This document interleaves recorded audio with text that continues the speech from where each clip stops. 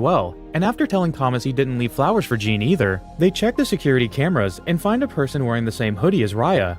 The officer decides to blame it on a copycat, but Thomas isn't sure and drags Amy with him back to the station to reopen the old case.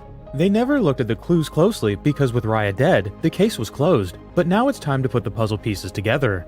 Thomas sends the keys they had found to be analyzed while he learns 2 more bodies with the same wounds have been found, and he decides to stay at the station and work on the case, so Amy's birthday outing is cancelled.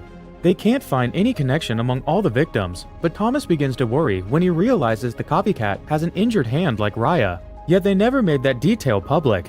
The test results came in, showing that the keys belong to an aircraft common in small airfields manufactured in 1996, which makes no sense because they found the keys in 1988.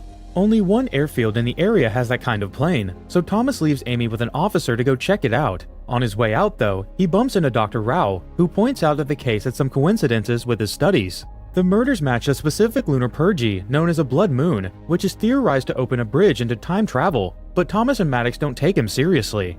When they make it to the airfield, they find it closed, but Thomas can see a light in the building and decide to sneak in anyway. The clerk denies having seen anybody tonight, but Thomas can tell he's behaving awkwardly and nervously. Thus he tries to communicate with him through notes because he suspects he's being held hostage. His guess is correct, but before he can do anything about it, Raya shows up next to him, alive and not having aged a day. While pointing her gun at him, she makes Thomas drop the weapon, then order the clerk to tie him up.